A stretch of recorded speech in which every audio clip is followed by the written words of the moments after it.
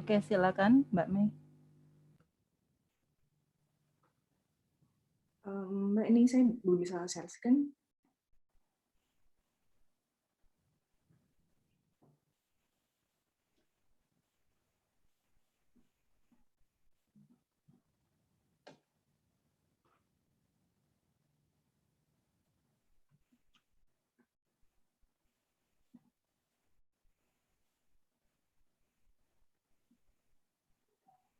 Oke.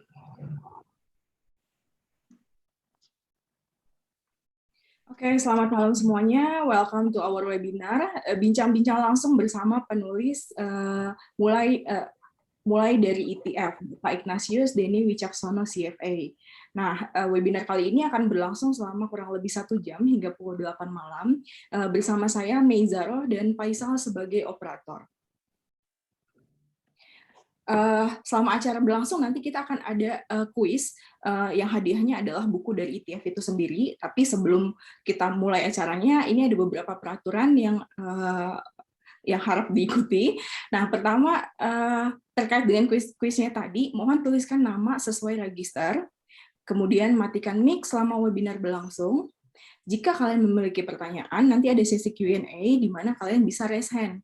Nah, nanti dari moderator akan mempersilahkan kalian untuk mengajukan pertanyaan berdasarkan urutannya. Nah, saat kalian bertanya, harap menyalakan kamera dan mikrofon kalian. Sekilas perkenalan mengenai Pak Denny, Pak Ignatius Denny Wicaksono, ST, MM, MBA, CFA, FRM, CIPM. Beliau merupakan Head of Business Development daripada Indonesia Stock Exchange. Pak Denny memiliki pengalaman lebih dari 10 tahun di bidang capital market. Beliau saat ini merupakan pengajar aktif di Binus University Executive Education dan juga di Indonesia Capital Market Institute. Pak Denny mendapatkan MBA-nya dari IAA Grenoble dan MM dari University of Indonesia. Dia juga merupakan CFA Charter Holder dan juga Certified FRM dan CIPM. Nah, oke. Kalau gitu kita langsung mulai masuk ke acaranya aja ya. Riz, kenapa sih kita perlu membedah buku mulai dari ETF ini? Nah, jadi selamat malam Pak Denny. Sebelumnya terima kasih sudah bergabung di acara bedah buku mulai dari ETF ini. Dan acara ini sekali lagi diadakan oleh CFA Society Indonesia. Dan buku ini tuh banyak banget pasti dibutuhkan sama teman-teman. Kenapa? Karena seringkali kita tuh dicurhatin kan sama teman. Riz, kok investasiku kurang menguntungkan ya atau rugi gitu kan. Nah, gimana sih caranya supaya untung? Nah, buku yang ditulis Pak Denny ini bagus banget. Kenapa? Karena ini memungkinkan investor untuk bisa berinvestasi secara mudah dan menyenangkan. Nah, supaya lebih jelasnya, kita langsung mungkin kali ya kita sambut Pak Denny-nya dan kita mulai diskusinya. Gitu. Malam-malam. Ini sampai malam. Banyak investasi juga nih. Pak Denny, kita langsung aja ya mulai diskusinya. Faisal mungkin mau langsung mulai dari pertanyaannya? Nah, iya nih Pak. Jadi kan Pak Denny tentunya udah punya pengalaman yang banyak di pasar modal gitu Pak. Kemudian bagaimana sih Pak? Kenapa tiba-tiba Pak Denny membuat buku mulai dari ETF ini dan tujuannya apa tuh Pak kalau boleh tahu? Terima kasih Mas Faisal, Mbak Mei, dan semua peserta yang hadir sekalian. Selamat malam. Terima kasih juga nih untuk CFA ini udah membuat acara ini nih. Jadi kalau pertanyaan tadi ya, kalau dari bukunya sendiri nih Mas Faisal, Mbak Mei, jadi sebenarnya ETF ini kan merupakan salah satu produk yang memang boleh dibilang terkenal banget lah ya kalau di luar ya. Jadi banyak banget investor luar yang memang udah memanfaatkan ETF ini sebagai salah satu instrumen investasi. Nah, di Indonesia sendiri ETF ini sedang marak-maraknya sekarang. Nah, kita sebagai bursa kan kita salah satu peran kita adalah mensosialisasikan produk-produk kan. Nah, ETF ini kita gencar sekali melakukan sosialisasi nih, termasuk dengan Mas Egin juga nih yang ada di sini dari The Premier gitu ya. Kita sering banget sosialisasi, pada saat satu event kesempatan gitu ya, ada orang dari Alex Media atau dari Gramedia, jadi datang ke kita, wah Mas ini sebenarnya ini ada cukup banyak loh yang nanyain ke kita mengenai ETF, ada yang nanya ke kita, ada nggak sih bukunya kalau di Gramedia gitu ya. Sekarang ini belum ada. Wah, kebetulan tadi saya lihat nih, Mas presentasi nih, bagus banget katanya gitu ya.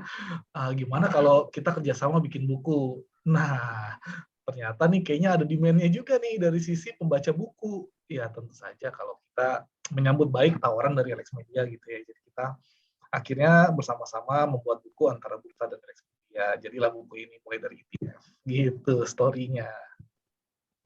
Tapi kalau misalnya kita ngomongin bukunya nih, Pak Denny, apa aja sih yang akan dibahas di dalam bukunya? Bukunya lumayan komplit gitu ya, cuman emang nggak dalam-dalam banget gitu ya kan. Kalau teman-teman yang di sini mungkin banyak yang CFA gitu ya, mungkin ini nggak sedalam itu gitu ya.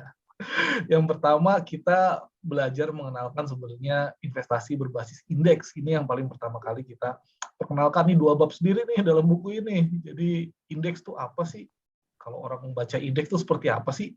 Apa sih yang menggerakkan indeks gitu ya? Nah itu adalah 2 bab sendiri. Kenapa indeks yang dibahas? Nah karena ETF sebenarnya ini merupakan produk biasanya proksi dari investasi berbasis indeks. Nah, selanjutnya kita membahas juga detail mengenai apa itu ETF, apa itu kelebihan ETF, gitu ya, dan bagaimana sih perkembangan ETF di Indonesia.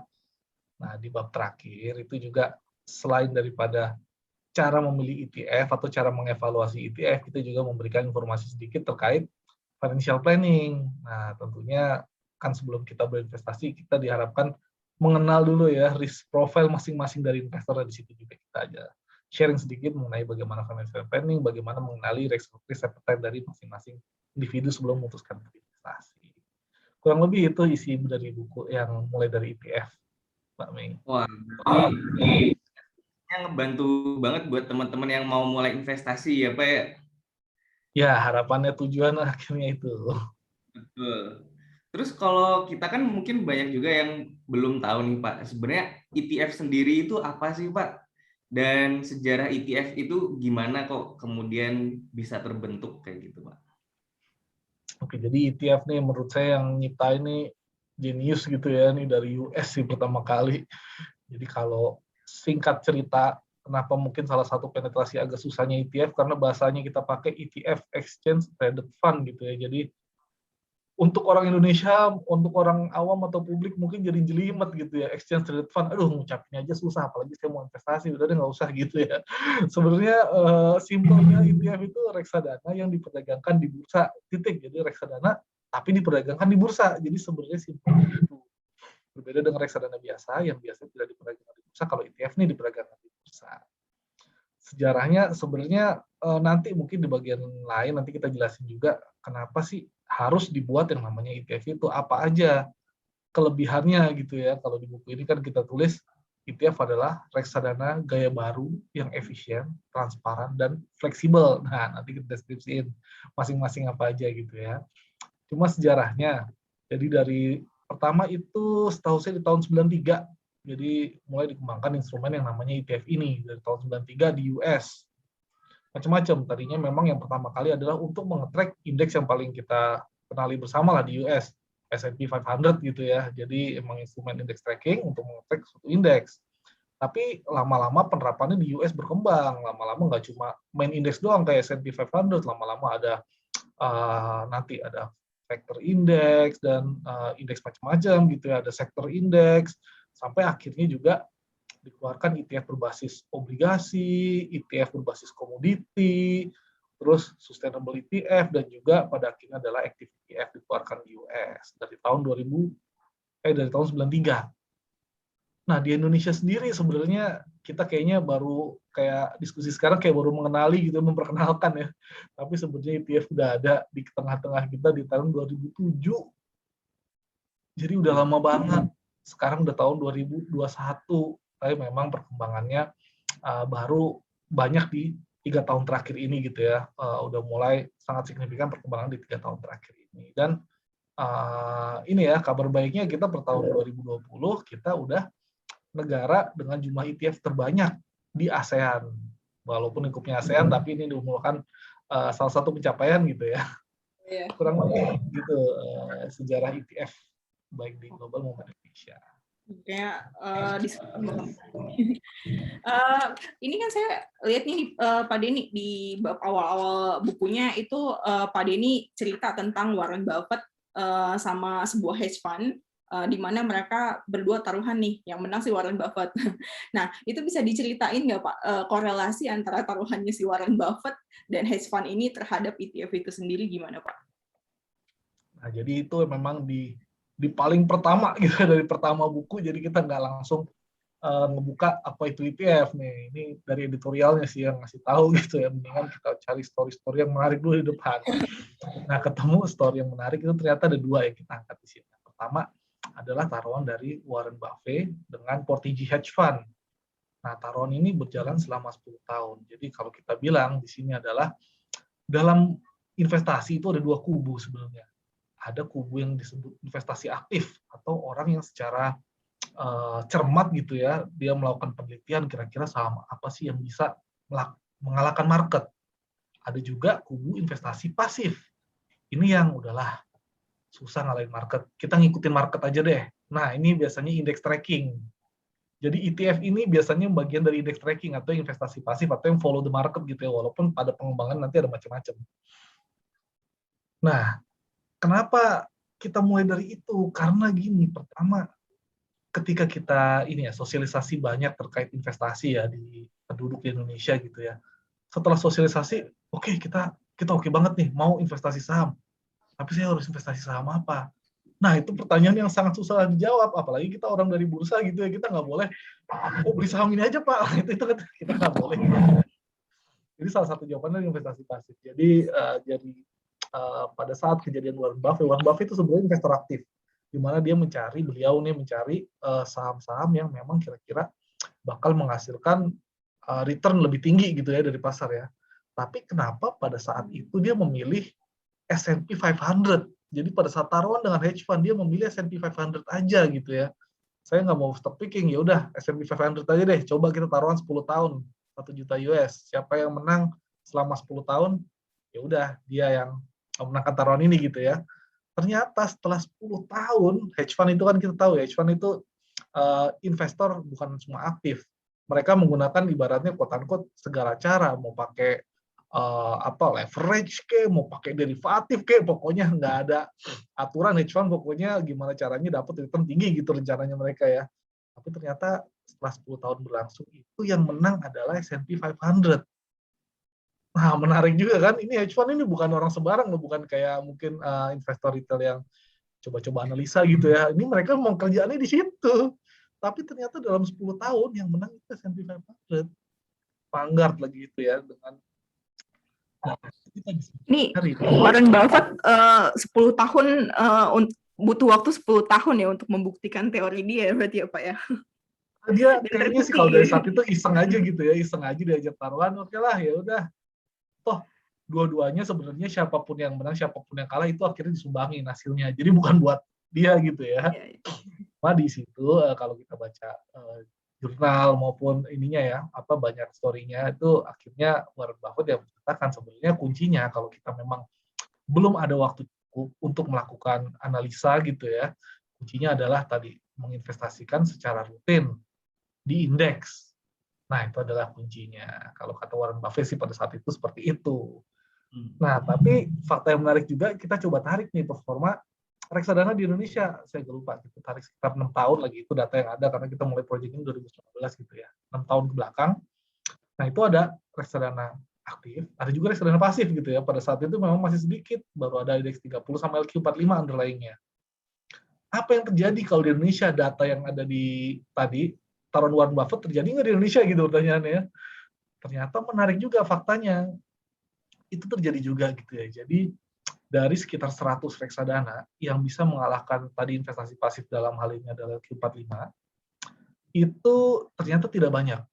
Bukannya tidak ada ya, tidak banyak. Ada sekitar 10% yang bisa mengalahkan tadi dari Q45, tapi selebihnya memang antara equal to atau below. Nah, ini adalah salah satu fakta yang menarik. Tadi, khususnya buat investor yang mulai bingung, nah daripada bingung, coba investasi indeks atau investasi ETF, toh juga nggak perlu terlalu banyak ini ya analisa gitu ya untuk melakukan investasi ini. Seperti itu korelasinya. Wah, menarik banget tuh, Pak Denny. Berarti selain lebih simpel, ternyata bisa menghasilkan keuntungan yang terbukti lebih besar gitu dibandingkan yang aktif gitu ya, Pak ya. Iya, Jadi betul. kalau ETF sendiri itu Pak, apakah instrumen yang pas untuk investasi pasif gitu Pak?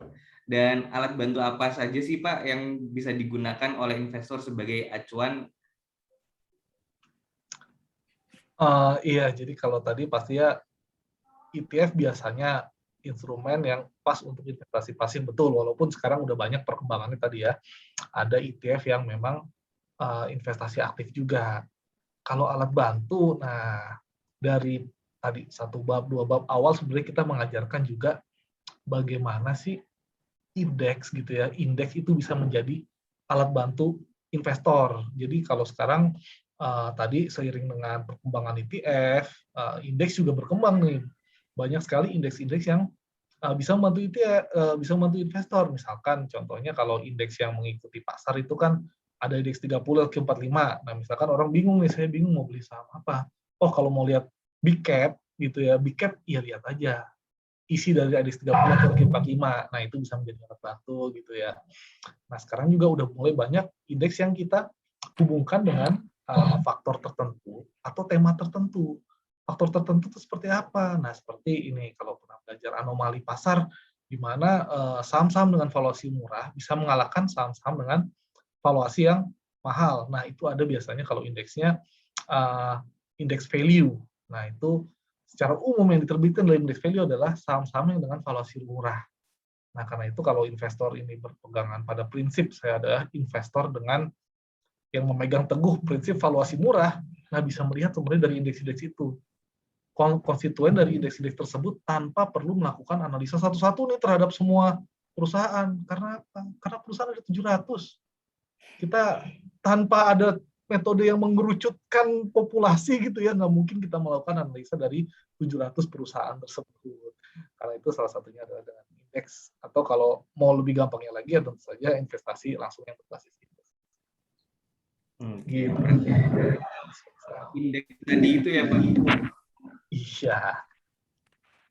Nah, sekarang nih sesi pertama kita sudahi dulu Pak, supaya ada interaksi juga nih sama peserta yang lain. Kita mau ya, mungkin teman-teman ada yang mau bertanya ya.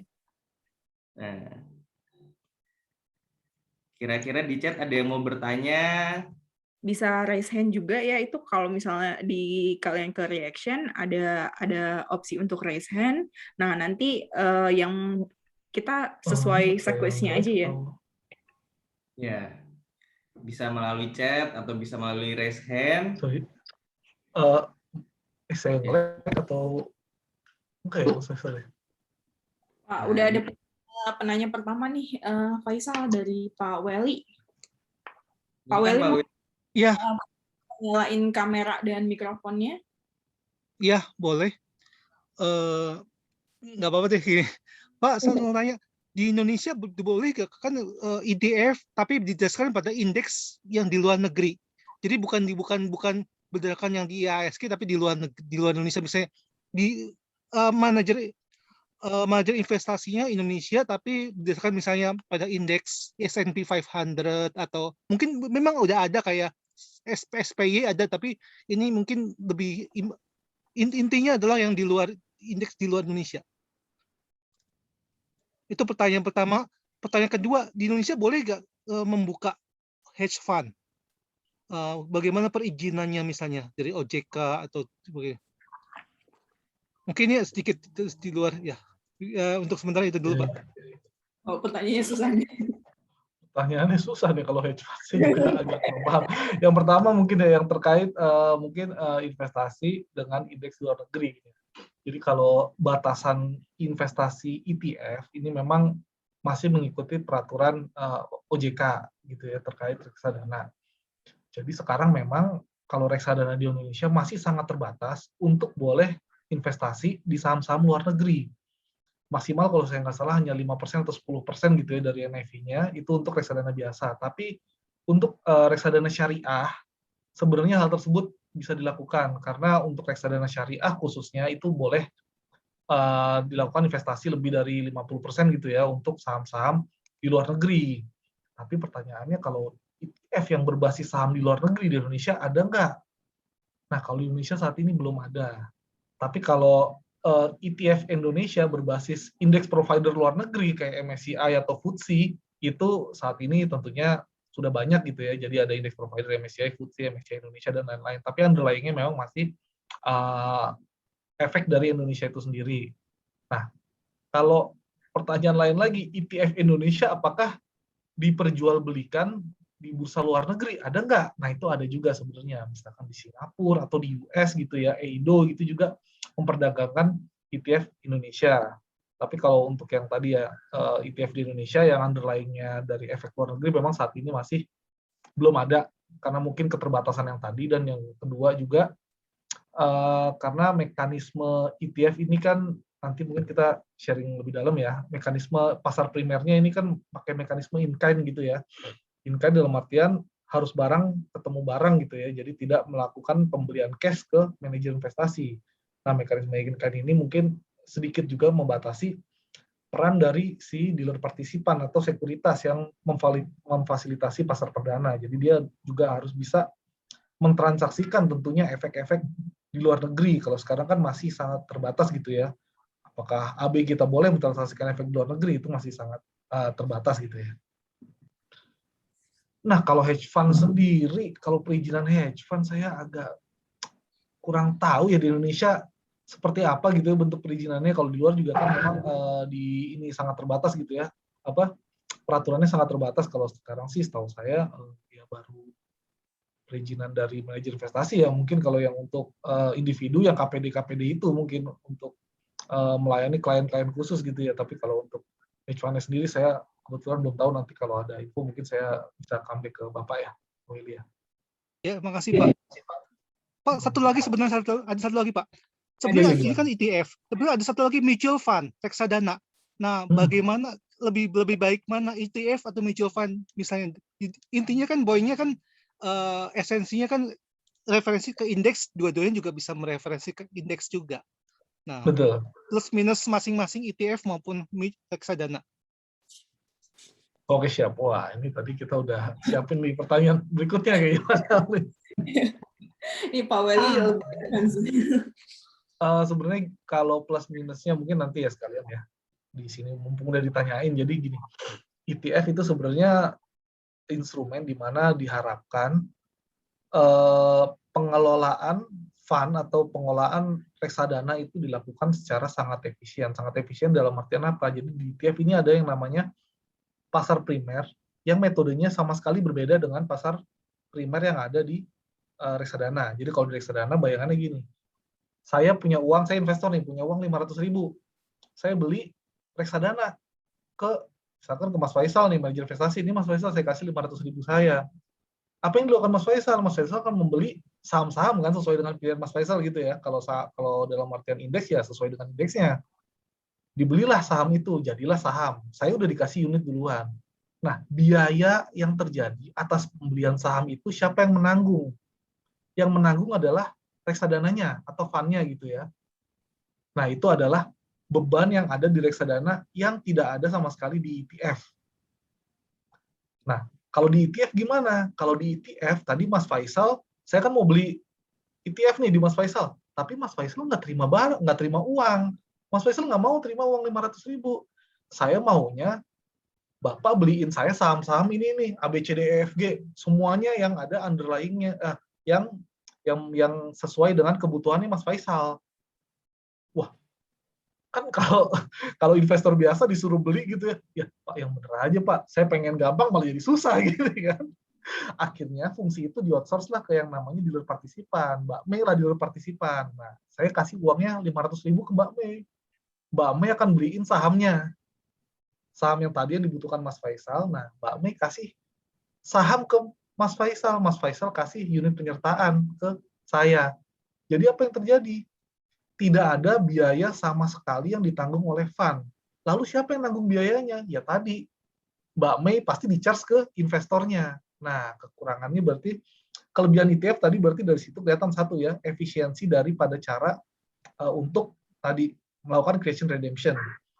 Tapi kekurangannya ya tentu saja tadi karena saya yang menanggung atas transaksi saya harus puas atau jeli dalam melihat bid ask spread pada saat saya melakukan pembelian pasar perdana. Itu jadi kekurangannya. Kalau si reksadana kan udah pasti akan dijual di harga NAV akhir hari gitu ya. Nah, yang kedua, kelebihan dari ETF tadi, dia punya pasar sekunder. Sekarang saya udah punya reksadananya nih, atau ETF-nya. Saya mau jual ke teman saya mau beli nih. Nah, kalau reksadana apa yang dilakukan? Saya jual dulu ke Mas Faisal. Nih, saya mau deh uang saya dikasihin lagi, gitu kan. Mas Faisal jual saham, kena biaya lagi kan, sekali lagi kan. Biaya jual, ditanggung lagi oleh Fane, baru dikasih uang ke saya. Baru nanti teman saya subscribe lagi ke Mas Faisal, kena lagi biaya beli gitu ya. Nah, berkali-kali biaya itu terjadi. Kalau di ETF, enggak. Saya langsung jual aja ke teman saya. Melalui mekanisme mana? Mekanisme pasar sekunder di bursa. Nah, itu adalah salah satu kelebihan dari efisiensi yang ada di ETF. Dan yang kedua, di ETF itu transparan. Nah, ini mungkin salah satu kelebihan ETF ya. Jadi, kalau reksadana biasanya top 10 dari 10 terbesar, komposisi portfolio itu dipublikasikan setiap bulan. Sedangkan kalau ETF gimana? ETF itu wajib mempublikasikan 100% seluruh kepemilikan portfolionya setiap hari gitu ya. Jadi ini adalah aspek transparansi yang menyebabkan kenapa ETF itu cocoknya untuk investasi pasif.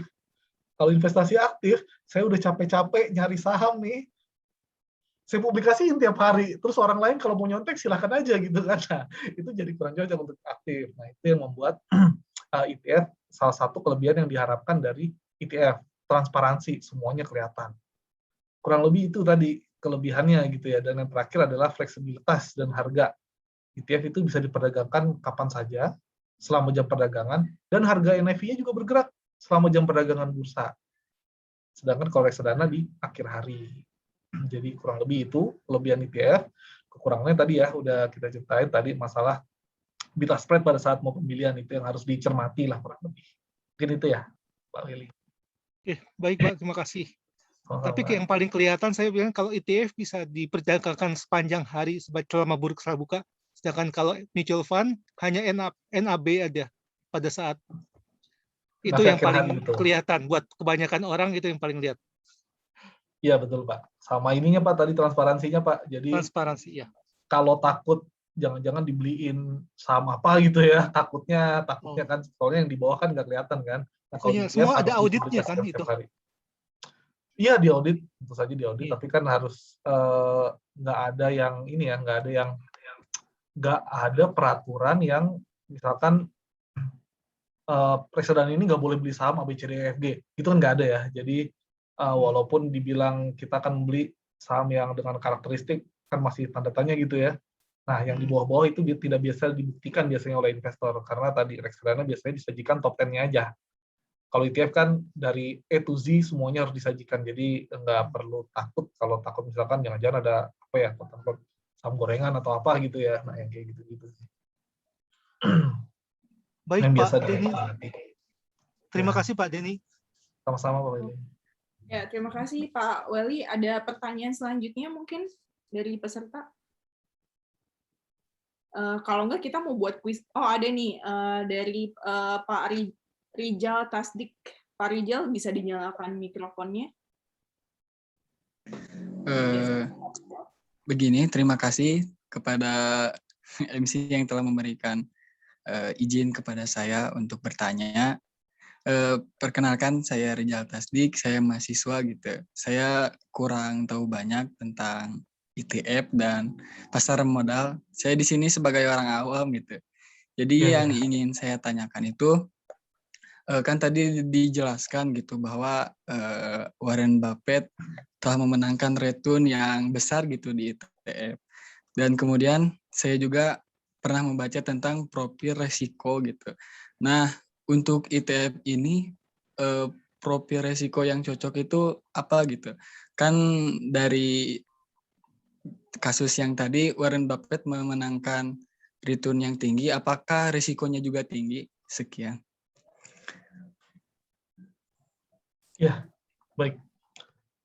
Kalau ETF sebenarnya ada 2 jenis sekarang ETF ya. Yang pertama itu ETF saham, yang kedua ETF obligasi. Kalau kita lihat dari profil risiko kan biasanya ada 2 ya. Seberapa kita tolerable terhadap risiko. Dan yang kedua sebenarnya investasi ini kita tujukan untuk jangka panjang atau jangka pendek. Kalau misalkan investasi jangka pendek, tentu saja kita tidak berinvestasi ke efek-efek yang bersifat ekuitas seperti saham maupun ETF saham gitu ya. Tapi kalau long term ya lebih cocok atau bisa masuk ke ETF saham maupun saham.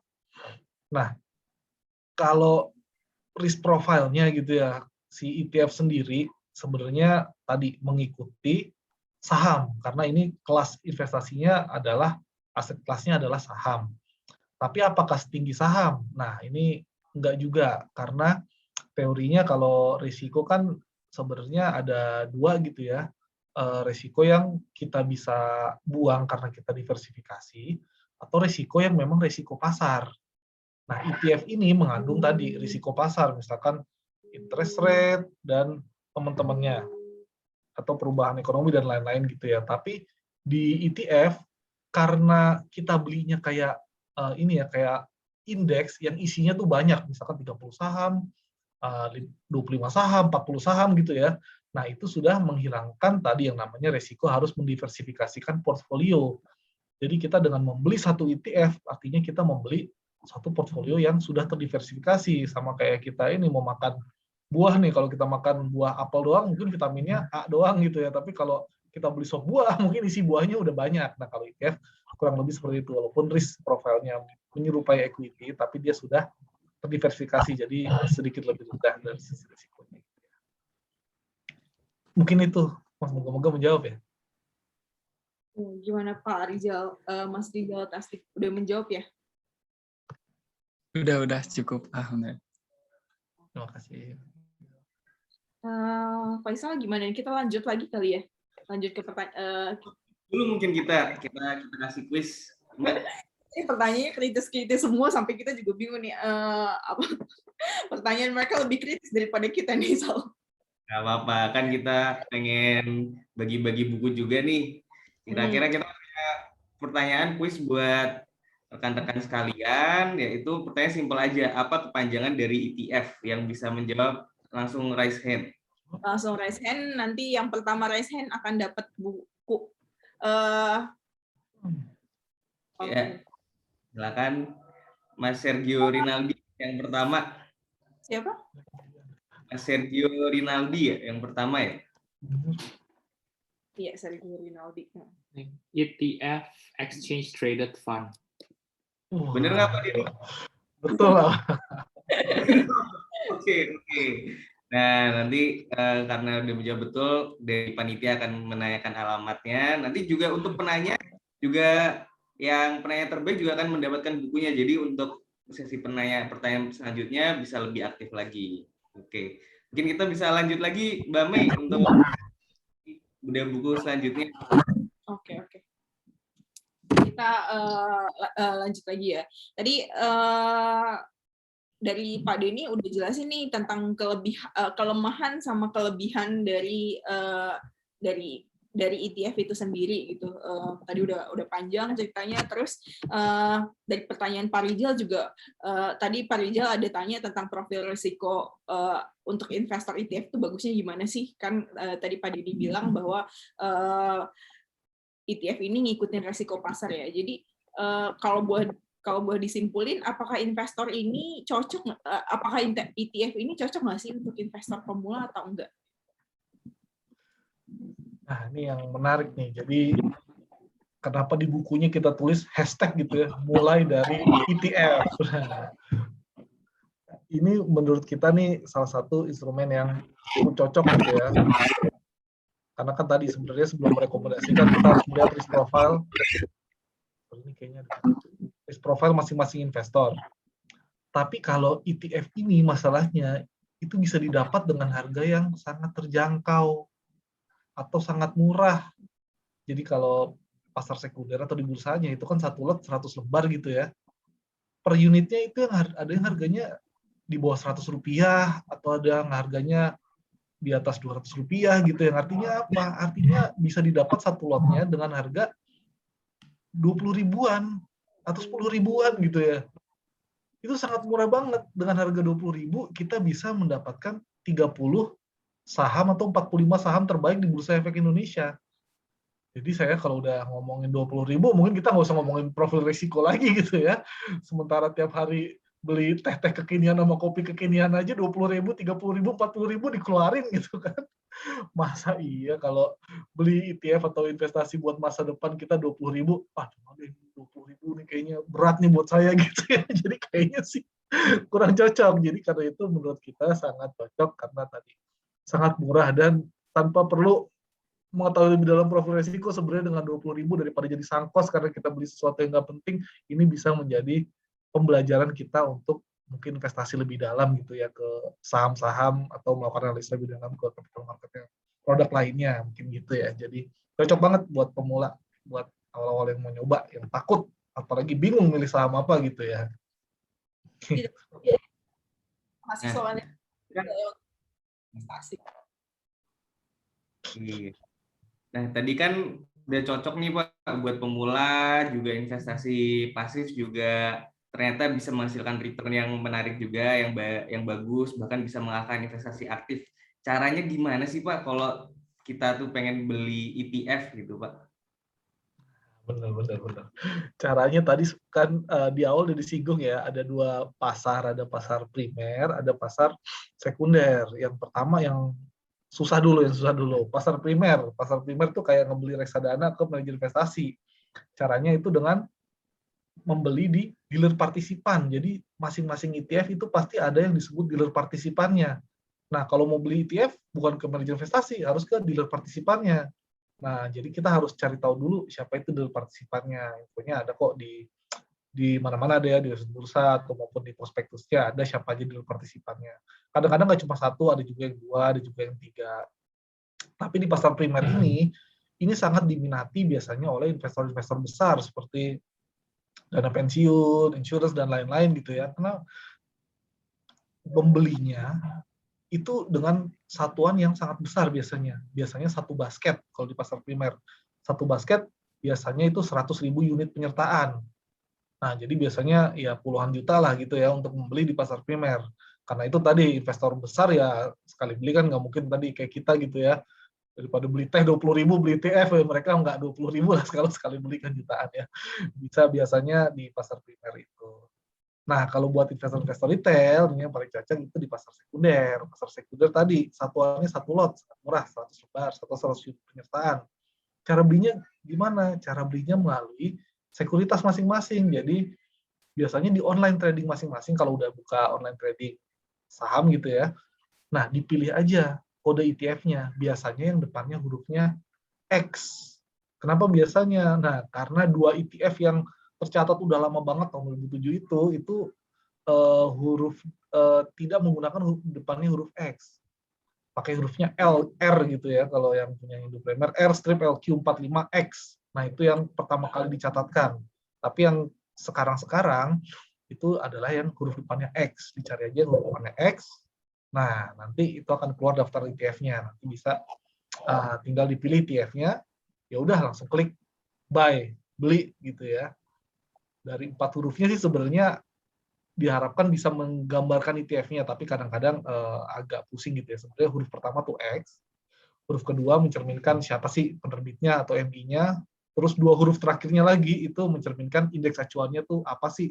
Sebenarnya itu targetnya, cuman kalau saya baca dari kode-kode yang keluar kayaknya belum terlalu nggak semudah itulah menggambarkan keempat karakteristik itu. Jadi semudah itu, tinggal beli, buy, selesai. Kalau di pasar dan semudah kopi-kopi kekinian ya Pak ya, udah bisa beli ETF. Ya. Jadi setiap kali mau beli gini kan pas ngeluarin HP, wah udah mau bayar pakai OVO nih, jangan deh ke ini aja deh, ETF aja deh. Nah, gitu. Aduh nggak jadi deh Pak, saya udah ETF aja deh Pak. Baik, udah selesai. Hilang 20.000-nya, udah kita ini hemat kalori juga, 20.000 hilang nggak apa gitu buat investasi masa depan. Oke. Ini sebutin LQ45 gitu, indeks LQ45. Tapi sebenarnya ETF, indeks acuan ETF di Indonesia itu ada apa aja sih Pak? Terus yang membedakan ETF satu dengan yang lainnya itu apa sih? Oke, jadi tadi ya kalau yang pertama pasti kalau kita bicara indeks untuk investasi, pasti yang pertama tadi kan kita cari indeksnya dulu. Jadi kalau ETF sekarang memang nggak semua tadi ya berbasis indeks. Mungkin kita cerita ada sekarang 47 ETF. Nah, yang 3 obligasi, selebihnya berarti 44 ya, 44 itu saham. Nah, yang aktif ETF juga ada, sekarang ada sekitar aktif ETF saham itu ada 11. Yang pasif ETF itu ada sekitar 33 saham, ETF saham. Nah, kita mungkin mengerucut diskusinya ke ETF saham pasif gitu ya. Nah, kalau dalam pemilihan indeks gini ya, pemilihan indeks. Jadi kalau dari research orang-orang di sana ya, kita cuma ngutip doang. Jadi sekarang tuh ya, zaman sekarang, tahun 2000-an itu investasi tidak melulu mencari return atau mencari saham-saham dengan investasi dengan return terbaik. Kalau tahun 1900-an awal gitu ya di studi infoin, investasi itu 100% adalah mencari saham terbaik. Nah, kalau 1900 akhir atau 2000 awal itu udah mulai 50-50. Jadi selain daripada mencari saham terbaik, biasanya 50% itu diinvestasikan ke yang namanya indeks. Indeksnya pun satu jenis masih, yang namanya indeks yang mengacu kepada indeks pasar. Seperti yang tadi saya ceritakan, kalau di US ada S&P 500, S&P 500 gitu ya, kalau di Indonesia ada indeks 30, ada LQ45. Nah, kekinian lagi ke sini, berubah lagi, di tahun-tahun sekarang ini dibagi 3 kantongnya.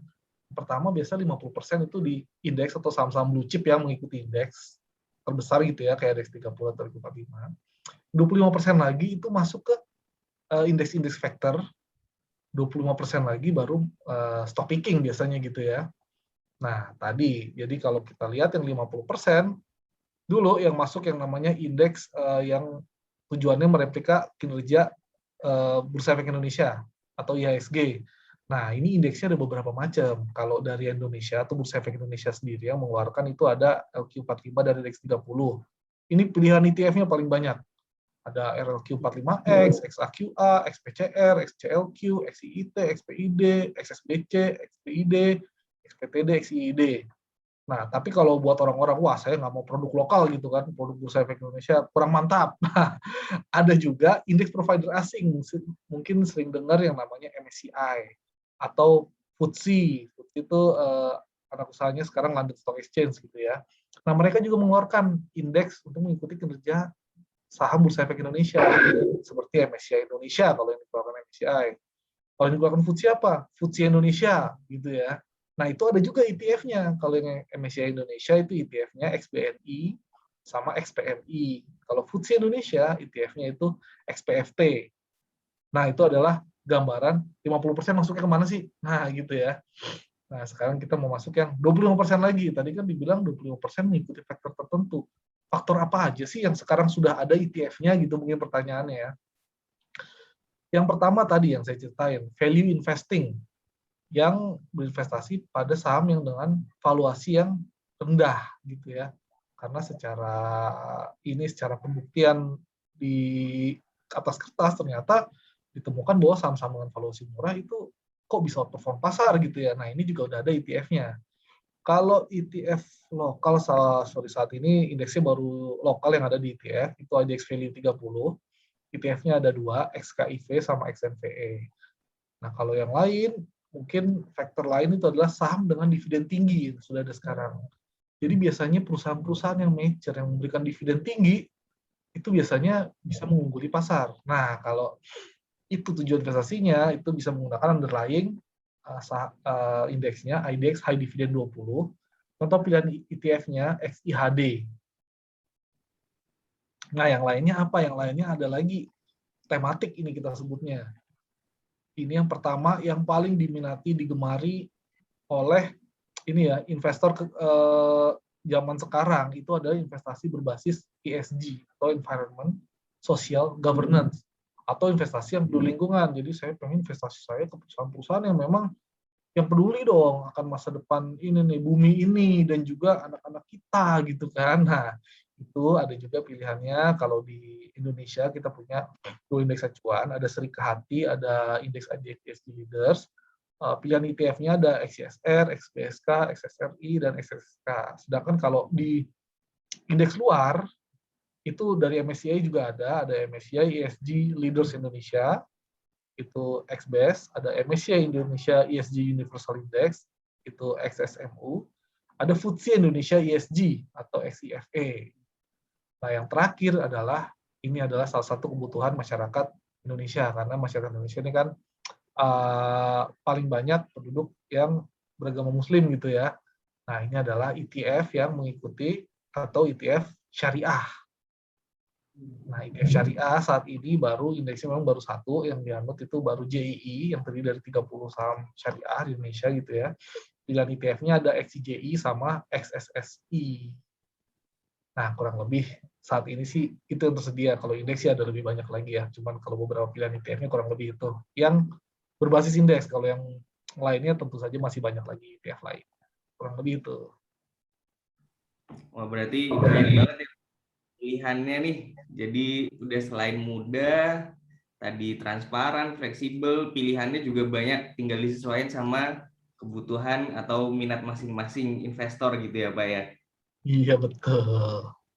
Nah, mungkin nyerempet sedikit kan di buku ini juga membahas tentang financial planning nih Pak. Untuk investor-investor muda itu kira-kira financial planning yang mesti kita lakukan seperti apa sih Pak? Yang pasti kita pertama financial planning sebenarnya kan tujuannya untuk mengetahui ekspektasi dulu nih, ekspektasi nih. Jadi banyak banget, nggak tahu ya, masyarakat Indonesia kalau kita lihat beritanya tuh kok kayaknya banyak yang kena investasi bodong gitu kan. Investasi bodong sebenarnya kan bisa bisa disadari sebenarnya dengan melihat risk return yang ditawarkan dari investasi tersebut. Nah, di sini diajarkan juga berapa sih kalau kita investasi di pasar uang, kalau kita ekspektasi di obligasi, atau kita ekspektasi di equity, perkiraannya tuh seberapa gitu ya. Jadi jangan sampai orang berpikir, wah, gue mau dia masuk pasar modal, bisa nggak dapat kira-kira setahun 100% atau 120%, nah itu udah nggak masuk akal. Nah, kita masukin akalnya orang ke sebenarnya investasi itu kisarannya berapa sih? Nah, kan seperti itu kan. Nah, itu dari sisi expected investasinya. Yang pertama, selain itu, kita buat orang memahami dulu tadi ya siklus kehidupan. Bahwa kalau awal-awal ya itu kita adalah wealth accumulation dulu. Kita mengakumulasi uang nih pada saat ini. Nah, nanti setelah kita punya anak, apalagi anak sekolah, nah itu saatnya nabung sebenarnya udah semakin seret gitu ya.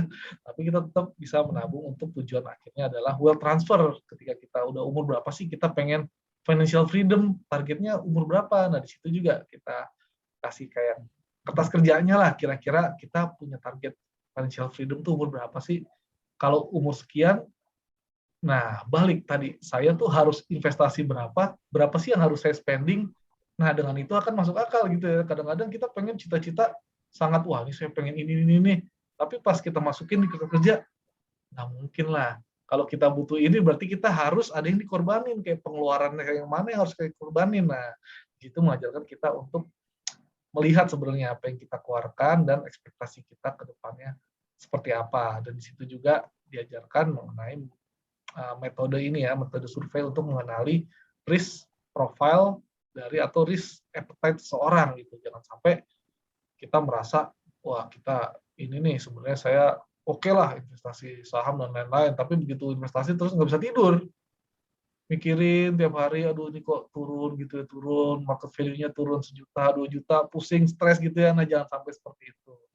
Nah, setelah mengenali semua itu, barulah kita masuk ke ETF. Jadi kurang lebih di situ financial planning yang awal kita sharing dalam buku ini juga. Gitu Mas Faisal. Oke, berarti lengkap banget dari ngebahas investasi pasif, kemudian macam ETF, sampai akhirnya gimana sih kita harus mengatur ekspektasi kita supaya bisa mencapai financial freedom itu tadi apa ya. Nah, untuk selanjutnya kita buka sesi tanya jawab lagi nih. Kita masih punya buku yang bisa kita bagikan ke teman-teman. Ada pertanyaan dari Mas Steve D. Anggara. Silahkan. Halo Pak Denny, apa kabar? Baik, Pak. Ya, Gimana ini kabar? mau tanya-tanya diskusi terima kasih ya Mbak Mei sama Pak Faisal. Ini jadi gue itu punya rasa penasaran ya. Jadi ETF kan punya acuan indeks ya, biasanya seperti itu. Cuman kan indeks IHSG kita itu mungkin secara return 20 tahun, 15 tahun ya, sejak tahun 2000 itu kan annualized itu kan total return-nya sampai 13%.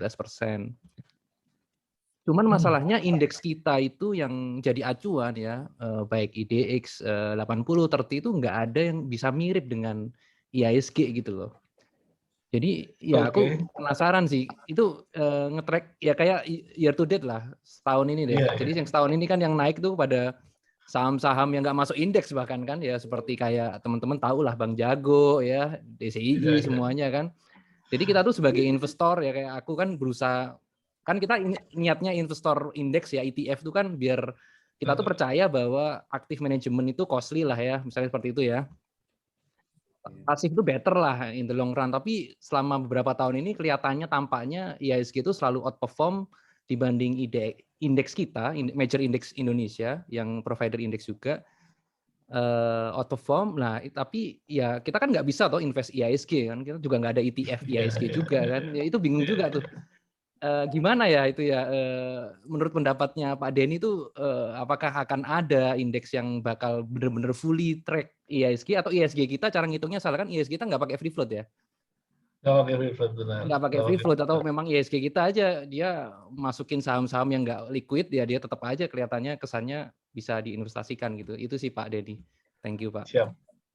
Terima kasih Pak Steve ya, memang betul banget nih. Jadi kalau teorinya kan seperti yang tadi kita sampaikan gitu ya Pak ya.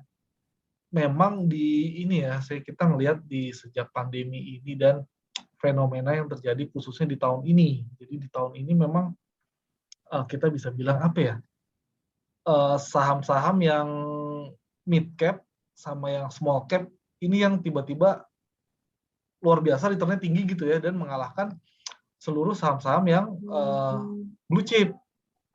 Nah, tapi kalau sebelum tahun ini atau sebelum pandemi lah, itu sih kita masih bisa pastiin bahwa ini masih cukup nge-tracking gitu Pak ya, IDX 80 sama LQ45 masih nge-tracking IHSG, bahkan biasanya secara umum setiap tahun biasanya IDX 30-nya outperform sekitar 1-2% dibandingkan IHSG.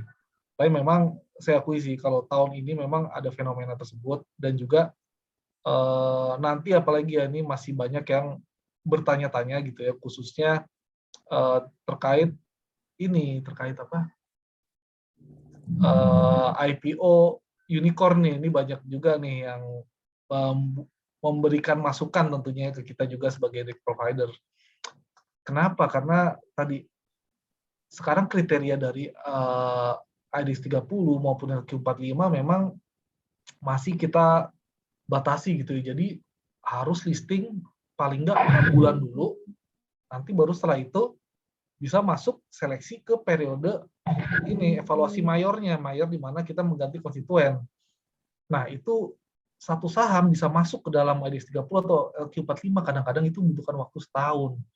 Sedangkan fenomena yang lagi ngetren ini ketika IPO harga sahamnya naik gitu kan. Sementara baru bisa ke-capture di indeks itu adalah ada laggard-nya selama 1 tahun.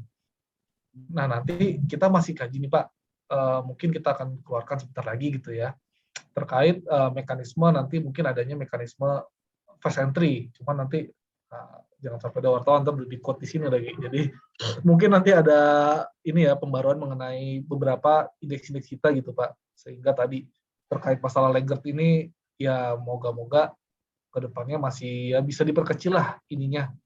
Cuman kalau tadi memang kita mengakui tadi ya bahwa tahun ini memang agak didominasi oleh perusahaan-perusahaan yang medium sama small cap, sama yang tadi yang pada saat IPO-nya pergerakannya naiknya lumayan sehingga bisa menarik IHSG ke atas.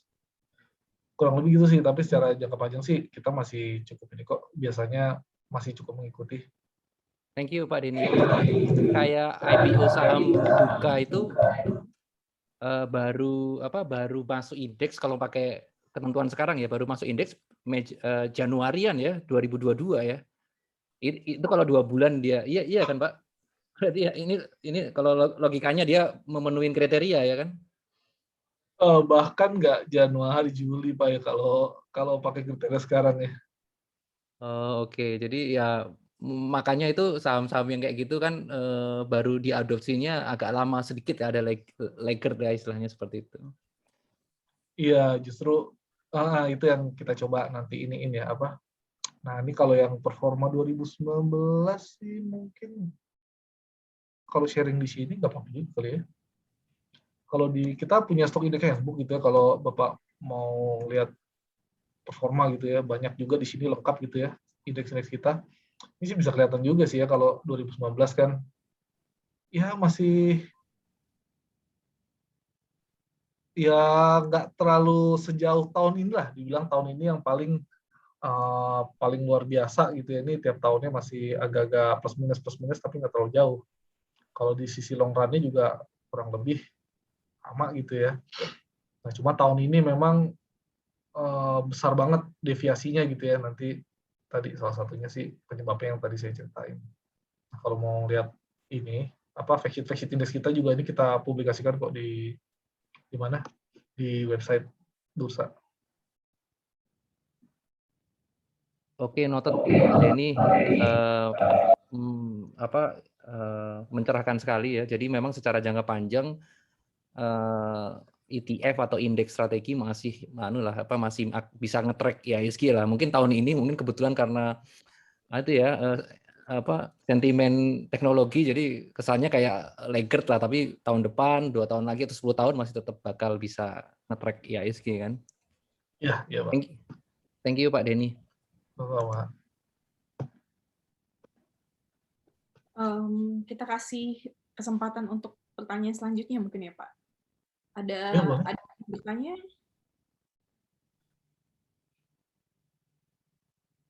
Ini Mbak Ira mau nanya atau apresiasi nih tepuk tangan? Oh, maaf, saya mau nanya. Oke. Salah reactions-nya. Oke, baik, terima kasih. Selamat malam Pak Ignatius. Yang mau saya tanyakan yang pertama, menurut pandangan Pak Ignatius, bagaimana performance kinerja dari ETF dibandingkan dengan reksadana? Nah, yang kedua, dividen untuk ETF itu apakah ada yang dibagikan, misalnya per 6 bulan atau 1 tahun, atau masuk ke dalam nilai NAV? Sama yang terakhir pertanyaannya, biaya atau range biaya untuk ETF tentunya kan harusnya lebih murah dibandingkan dengan reksadana, karena reksadana pasti ada manajemen fee. Nah, kalau boleh tahu berapa range-nya, walaupun pastinya setiap sekuritas itu pasti beda-beda, tapi paling tidak saya pengen tahu acuan range-nya itu di berapa. Mungkin itu saja dulu, terima kasih Pak Ignatius. Ya, baik. Yang tadi pertama reksadana dibandingkan dengan ETF tadi ya. Kalau dari yang so far sih memang belum kelihatan banget gitu ya Bu ya. Maksudnya selain daripada tadi mekanisme yang di depan yang saya ceritakan terkait kelebihan ETF, memang so far kalau dari sisi kinerja sih masih, kalau saya lihat sih masih 50-50 ya, masih kurang lebih sama ya, karena dalam nge-track indeks yang sama, dan memang belum kelihatan banget ininya tadi cost efisiennya tuh belum kelihatan banget bisa sehingga si ETF ini bisa ngebit banget si ininya ya, si reksadananya. Kalau di Indonesia sih saya lihatnya masih seperti itu. Cuman ya moga-moga ke depannya ya masih bisa seperti itu. Dan juga kita juga lagi coba kaji juga terkait fungsi dari ETF, karena ETF ini sekarang masih spot market, cash market biasa gitu ya. Kalau nantinya kita masih kaji apakah bisa kira-kira memungkinkan untuk diperdagangkan secara margin gitu ya, atau short selling seperti halnya di luar negeri, dan juga sedang melakukan kajian juga terkait ETF yang bisa meningkatkan gitu ya, seperti leverage atau inverse ETF, supaya memang kelihatan juga perbedaan-perbedaan yang cukup kritikal antara ETF dengan reksadana. Kalau so far sih masih sama. Sorry, kalau yang pertanyaan keduanya tadi aku Dividen untuk ETF itu dividen ya. Kalau dividen sih kebanyakan sih memang masih sama kayak reksadana, jadi diakumulasikan ke NAV. Tapi beberapa ETF seperti misalkan RQ45 kemarin ya itu membagikan dividen. Beberapa ETF sih membagikan dividen. Mungkin kalau udah performance-nya udah tinggi gitu ya, mungkin untuk menjaga tracking error-nya. Dan juga biasanya kalau ETF yang obligasi gitu ya, itu juga dibagikan dalam bentuk dividen mungkin kuponnya ya. Kalau yang terakhir range ini ya, range apa? Range management fee ya maksudnya ya. Nah, kalau range management fee memang sekarang di Indonesia nih sangat disayangkan belum kita publish. Kalau di luar gitu ya, kita bisa langsung lihat berapa sih fee untuk ETF, karena kayaknya orang di luar tuh benar-benar ngelihat annual fee banget gitu ya sebelum investasi di ETF nih, berapa sih fee factor dari ETF. Nah, kalau di kita memang belum publish, dan saya belum pernah tarik datanya benar-benar Bu, terserang untuk kira-kira untuk ETF tuh berapa. Cuman ya kalau di prospektusnya sih masih sama ya, sekitar 1-3% per tahun. Tapi kalau untuk aktualnya itu kayaknya saya harus cari tahu dulu Bu datanya. Gitu. Oke, baik Pak Ignatius. Satu lagi terakhir, apakah ETF ini sama seperti reksadana yang memiliki komposisi persentase untuk portofolionya? Contoh misalnya di saham harus minimum di atas 80%. Nah, apakah ETF juga sama? Karena kalau misalnya ini agak mirip sebetulnya mutual fund dengan ETF, cuman kalau ETF kan dipublish di bursa gitu ya. Nah, tetapi dari sisi underlying, dari sisi pengelompokannya gitu, sebetulnya agak mirip sih gitu. Mungkin itu saja Pak. Ya, betul banget Bu. Jadi tata cara manage-nya pun sama persis gitu persentasenya. Jadi kalau ETF atau reksadana yang aktif, maka harus mengikuti ya yang biasa. Misalkan maksimal 5% atau 10% dari AUM, nggak boleh lebih dari itu untuk satu saham, diversifikasi dan lain itu harus sama persis.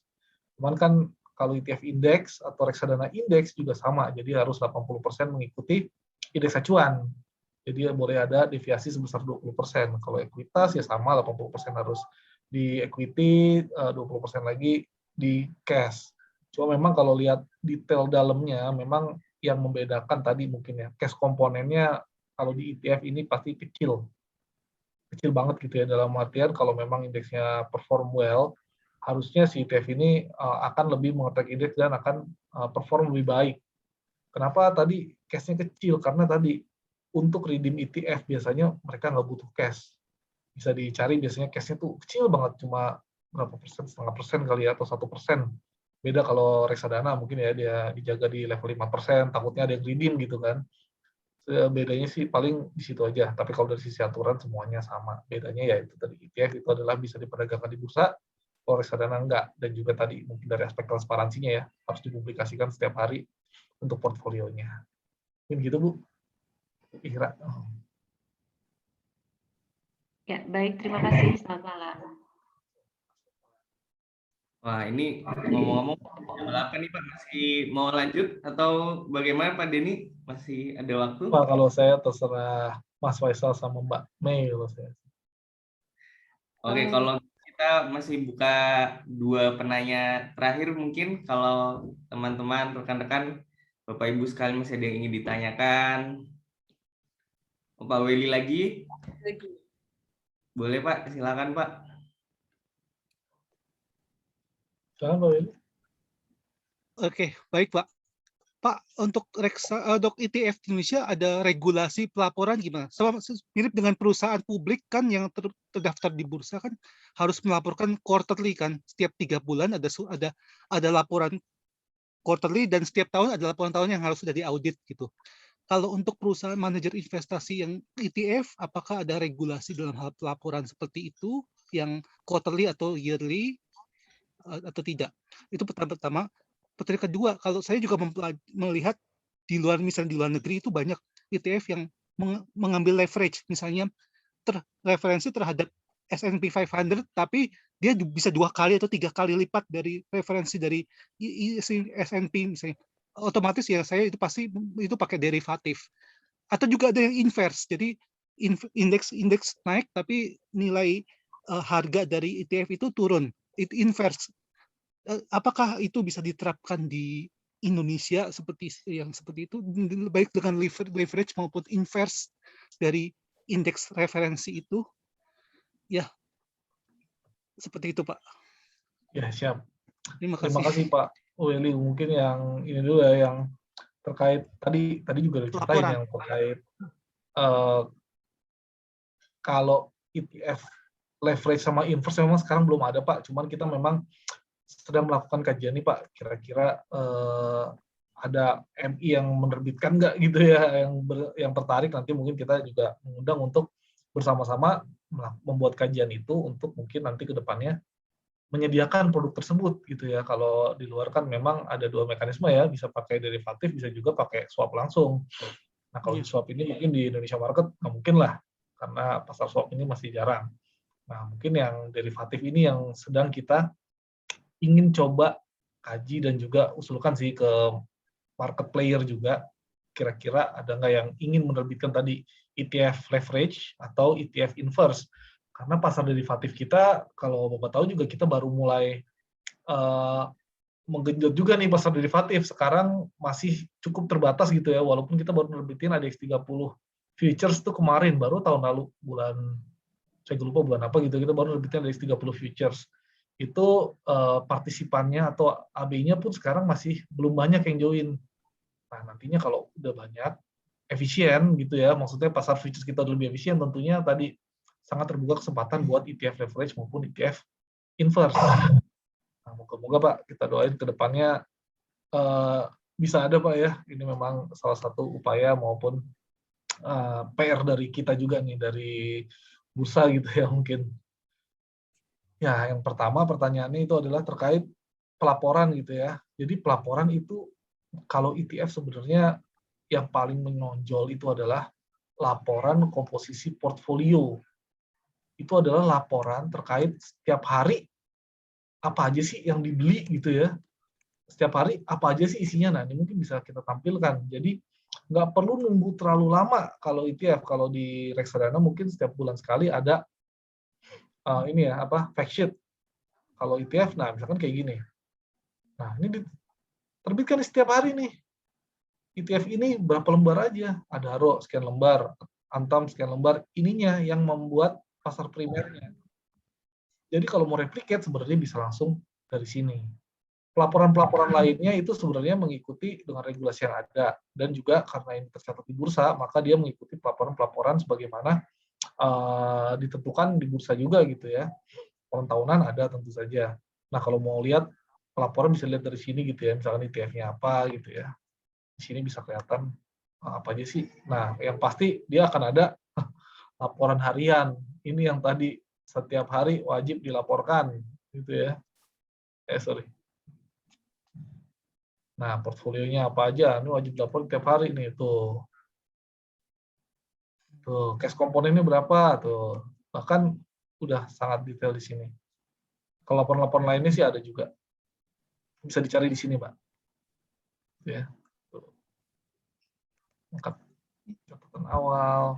Ini laporan keuangan tahunan gitu ya, audit. Sama sih. Iya, laporan keuangan tahunan nih. Ada yang juga. diaudit. Ada juga Pak di sini, Pak. Oke, ya baik. Oke, terima kasih Pak Denny. Sama-sama Pak Eli. Oke, tadi kita masih buka satu penanya lagi ya Pak Isal ya.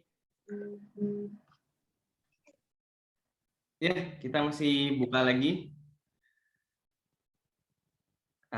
Kira-kira apa ada lagi yang mau ditanyakan atau kalau enggak kita bisa kuis dulu lagi Mbak? Bisa kuis dulu nih, masih ada. Kuis lagi. Atau mungkin Pak Denny punya pertanyaan buat rekan-rekan Oh, nggak ada, saya Mbak Mei sama Mas Faisal aja deh pertanyaan kayaknya banyak. Ada pertanyaan deh buat ini yang jawab duluan nih, yang raise hand duluan, nanti kita kasih kesempatan untuk jawab. Kasih satu contoh indeks di Indonesia yang jadi acuan ETF. Oke. Oke, Mas ini Vito, mungkin nyalain kamera juga mic-nya untuk menjawab. Itu udah ada yang raise hand tuh? iya, Mas Ya. Hendra silakan. Silakan. Ya, selamat malam Mas Faisal, Mbak Mei, sama Pak Denny. Ya, Iya. malam. Kalau indeks kan memang banyak ya kalau di Bursa Efek Indonesia ya. Yang sering dipakai biasanya sih LQ45 atau IDX 30. Oke. Gimana Pak Denny? Iya, mantap. Iya lah, bener lah. IDX 30 tuh 50% market share loh, IDX 30. Oke, Mas Vendra, nanti panitia akan menanyakan alamat untuk bukunya dan mengirim bukunya. Oke. Sekarang ada yang udah mau tanya lagi atau kita lanjutkan kuis lagi mungkin, Mbak? Nah, boleh kita lanjutin kuis lagi? Ya, kita lanjutin kuis lagi nih. Sekarang gantian saya ya, Mbak, yang tanya ya, Mbak ya. Boleh. Nah, gimana sih cara membeli ETF? Kan tadi Pak Diri sempat jelasin ada 2 cara tuh. Nah, bisa ngejelasin nggak? Ada yang bisa jawab? Bisa raise hand.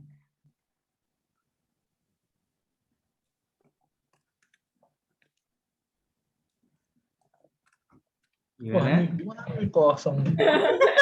Udah lemes kali ya, udah malam ya, lemes ya nih. Kan udah menarik nih ETF, bisa menghasilkan keuntungan. Oh, Bu Ira, silakan Bu Ira. Saya coba ya, kalau nggak salah itu ada perdana atau enggak apa ya, jadi kayak secondary market gitu. Bahasanya apa ya? Nah, Iya, kalau belinya yang jual kebetulan kan pasti banyak di sekuritas, karena kalau kerja sama perbankan kayaknya saya rasa sih jarang ya gitu kalau tempatnya. Itu sih, benar nggak? Kalau yang secondary di mana tuh, Bu?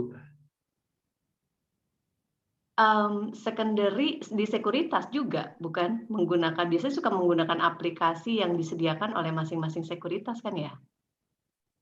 Oh, Iya nggak sih? Iya, secara umum sih betul sih secara umum. Iya, di Oke, mungkin sekuritas bahasanya aja yang perdagangan salah ya. bursa gitu ya. Iya. Oke, makasih. Makasih. Terima kasih Bu Ira. Jadi benar tadi pasar perdana sebenarnya di sekuritas, tapi melalui dealer partisipan tadi ya, sekuritas tertentu. Kalau pasar sekunder memang melalui sekuritas juga, tapi kita sebutnya biasanya perdagangan dilakukan di bursa gitu ya, jadi perdagangan bursa. Dengan bursa. Oke. Oke lah. Kira-kira dari teman-teman, dari Bapak Ibu rekan sekalian masih ada yang mau ditanyakan, mumpung ada waktu Pak Denny membebaskan nih. Jarang-jarang kan ada ampun langsung sama business development head-nya Bursa Efek Indonesia nih. Waduh, jangan sering kita. Mungkin pertanyaan terakhir Pak Ignatius, saya jadi penasaran. Untuk menghitung NAV di ETF, itu bobot biayanya lebih kecil dibandingkan NAV di reksadana atau lebih besar atau sama aja? Kalau ngitung NAV-nya sama persis, Bu, karena NAV-nya kan langsung seluruh efek dikali jumlahnya, ditambahin cash komponen gitu kan, di total jadi dibagi jumlah unit jadi NAV. Cuman yang ngebedain tadi kalau di ETF tuh kadang-kadang beberapa dealer partisipan menyediakan yang namanya INAV gitu ya, indikatif NAV. Karena NAV itu kan biasanya dilakukan dihitung bank kustodi di akhir hari gitu ya. Kalau indikatif NAV itu karena portfolio composition file yang tadi saya kasih lihat di website bursa itu sudah dipublikasikan, maka tinggal secara online dihitung setiap detik ya, dikali harganya, ditambahin terus dibagi dengan jumlah unit penyertaannya, maka akan kelihatan indikatif NAV yang bergerak setiap detik jam perdagangan gitu ya. Kalau NAV kan biasanya akhir hari doang. Nah, bedanya sih di situ aja. Kalau reksadana hanya ada NAV akhir harinya, kalau tadi indikatif NAV itu akan terlihat selama jam perdagangan bursa bergerak-gerak. Dan ketika investor beli pun di pasar primer biasanya menggunakan kuotasi dari indikatif NAV-nya. Bukan kayak reksadana, kalau kita beli sekarang gitu misalkan jam 2 siang, nanti pakai NAV penutupan jam 4 gitu ya, kita nggak tahu, bahkan kita mau beli di harga berapa kita nggak tahu, pokoknya nanti jam 4 harga per NAV-nya sekian gitu. Nanti dia baru kasih tahu. Kalau ETF kan di deal di depan biasanya, mau beli di harga sekian, gitu aja bedanya. Ya. Jadi mungkin bisa diambil kesimpulan, ETF itu lebih menariknya satu dari sisi biayanya mungkin lebih murah. Lalu yang kedua tadi harganya itu mungkin real time ya. Kan kalau reksadana di sore hari dan kita nggak tahu penutupan seperti apa. Tapi kalau ETF ini real time NAV-nya pada saat kita jual di jam itu. Gitu ya Pak Ignatius kan? Iya betul. Terima kasih. Oke. Mungkin karena udah jam 20.15, kita bisa foto dulu kali ya dengan Pak Denny. Ya boleh. Foto bersama rekan-rekan Bapak Ibu bisa menyalakan kamera. Ini dong kamera dong Bapak dan Ibu, kita foto-foto.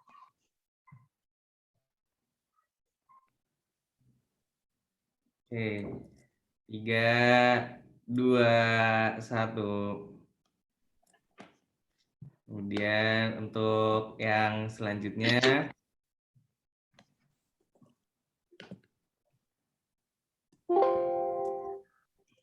Tiga, 2,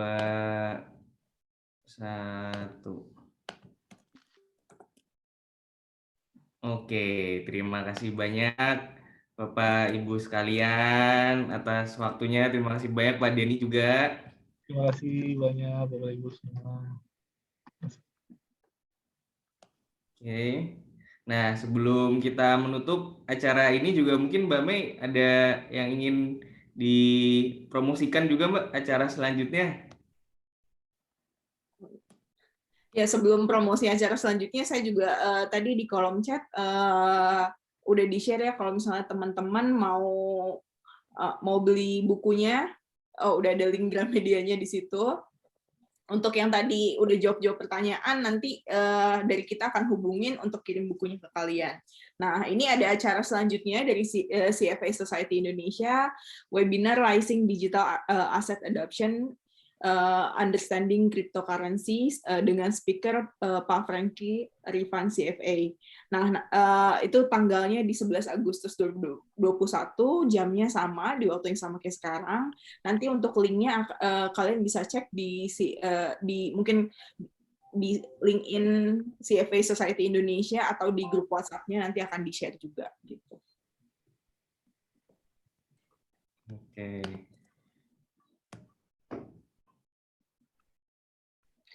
Oke, terima kasih buat Pak Denny, terus CFA Society Indonesia juga atas acaranya. Pak Denny mungkin sebelumnya ada kalimat penutup.